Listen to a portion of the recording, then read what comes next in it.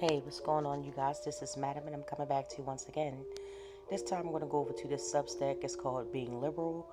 It's about Nick Fuentes. He has responded to the allegations of the shooter, Tyler Robinson, being linked to his followers and him. It says a panicked Nick Fuentes attacks Trump after Charlie Kirk shooting. Where is he? Question mark. The indifference is disturbing.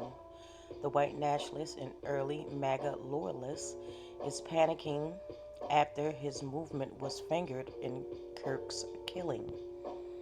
I will list the article right and all of the details in the description as I always do.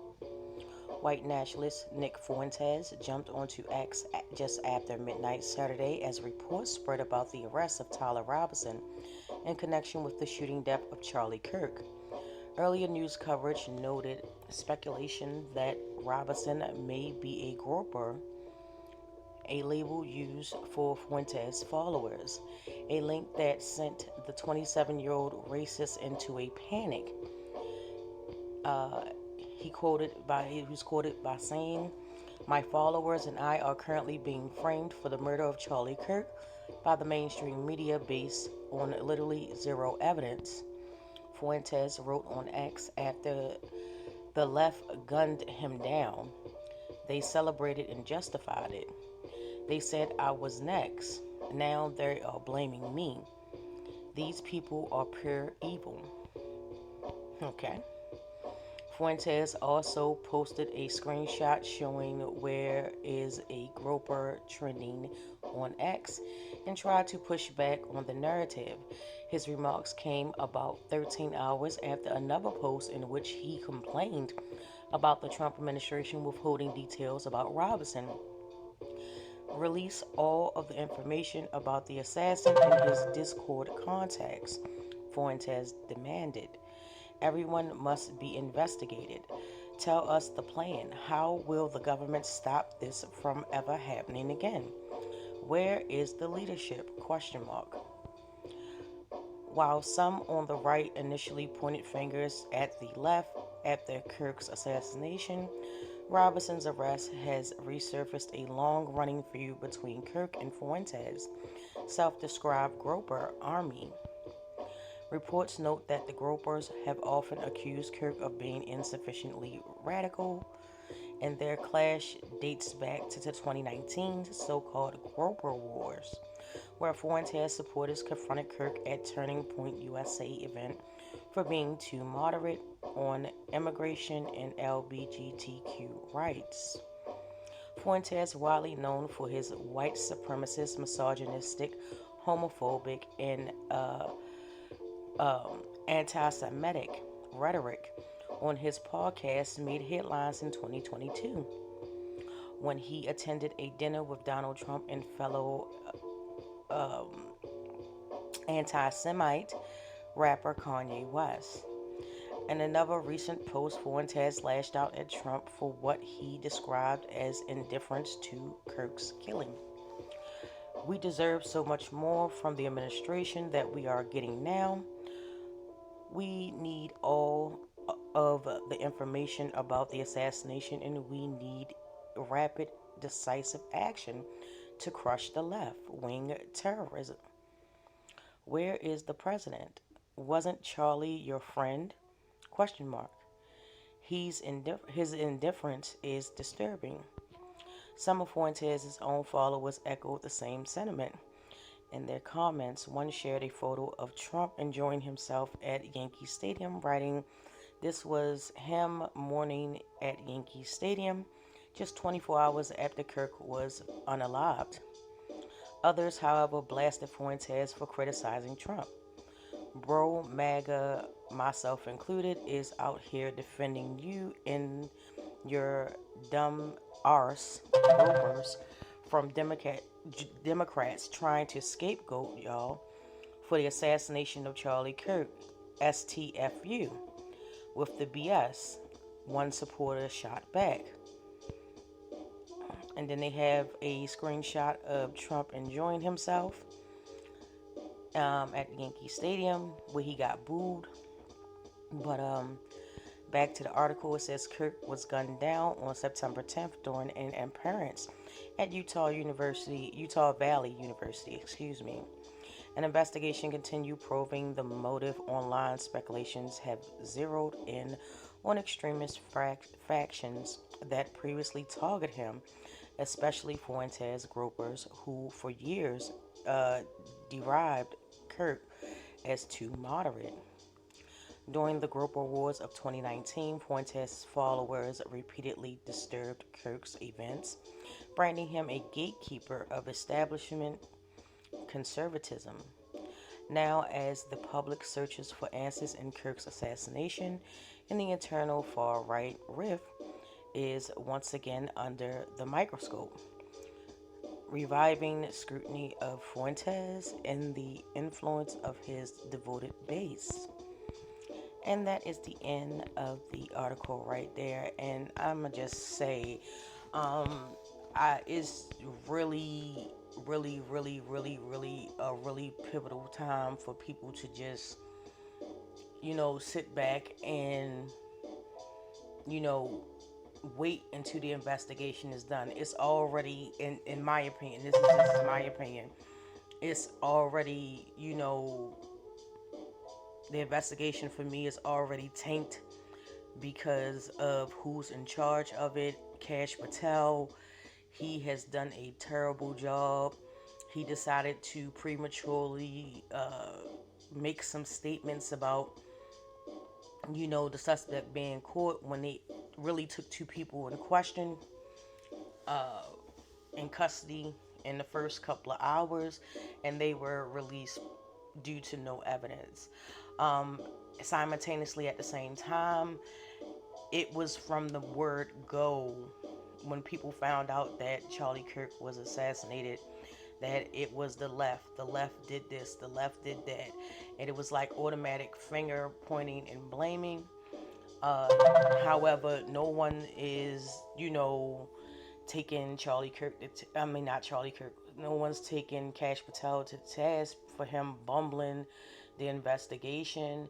It was first reported that the father, he confessed to his father, and his father, you know, seeked guidance, through the church, and ultimately he turned his son in.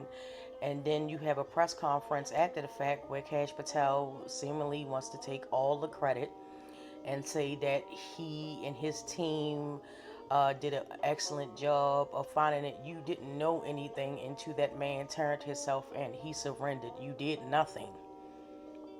You did absolutely nothing except push this agenda along with, Trump's base and every white, right wing nationalist, that it was the left or it was, a minority, and or it was a trans person. It's like they wanted to be this stereotype so bad that, they were calling in bomb threats at Morgan State colleges and other black HBCUs, and other things that they were doing. And it's just pure chaos. And the thing about it is that people need to understand, none of us knows what really happened and who really did it.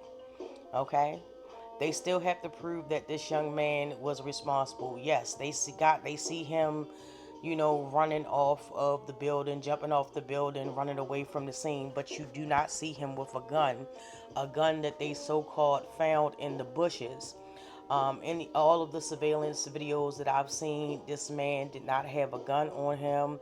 He did not have a gun in his person. Some people were saying that he may have had it in his pants, which would have made it very hard for him to actually, bend his knee and walk. At the same time, he would have to keep that leg straight, because from my understanding from some people that have talked online that are familiar with those types of weapons, it would be very hard to bend your knee and walk at the same time if that is, down your pants, and it would be very noticeable because of the stock in the butt of the gun. However, everything right now is speculation, but I do know for sure there is a concerted effort to blame liberals, to blame trans, to blame minorities, as if minorities would want to kill Charlie Kirk. He hasn't said anything profound that Trump and his administration and people before him have not said already.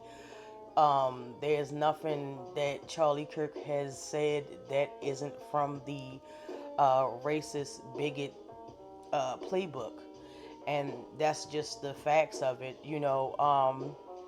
Also, it was things. Yes, it was people that did celebrate his death or whatever the case was, and um, that's their prerogative. They're free to do that under the free speech. They're free to do that if they want to.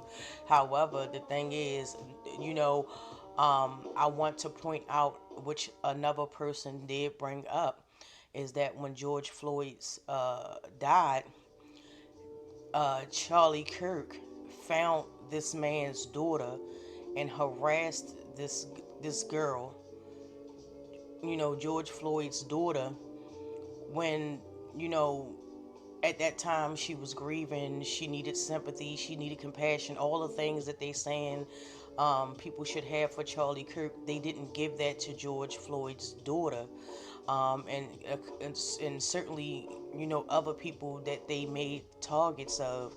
So at the end of the day, um, you know, like I said, it's your prerogative how to feel. I can't tell you how to feel.